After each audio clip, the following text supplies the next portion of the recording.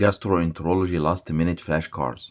An exclusive breastfed infant has not stooled for 5 days with no other symptoms. Stool soft with no rectal bleeding. The infant is gaining weight. Reassurance: this is normal variant. Breastfed infants may go several days or even a week between bowel movements.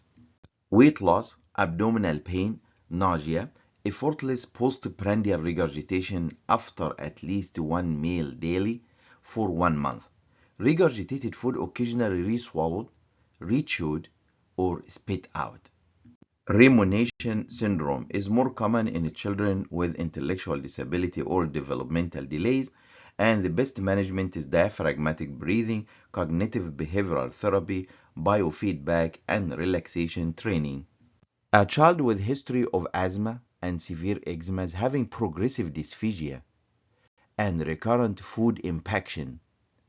Esophageal biopsy shows increased intraepithelial eosinophils. Eosinophilic esophagitis, EE, commonly associated with allergies, for example, asthma, severe eczema. The key word here, very important to remember, recurrent food impaction. Eosinophilia in the blood.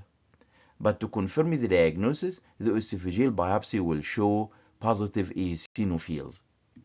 Swallowed a coin, no symptoms, and radiograph showed the coin in the stomach. This is the most common scenario.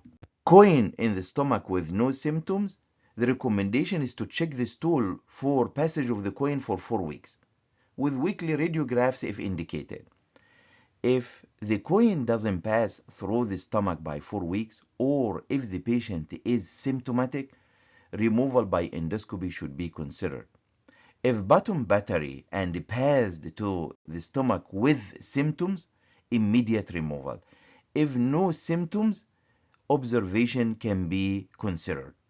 A child with 1 week history of jaundice, hepatomegaly, slightly elevated ELT and EST, prolonged prothrombin time that is not responding to IV vitamin K, and recurrent hypoglycemia.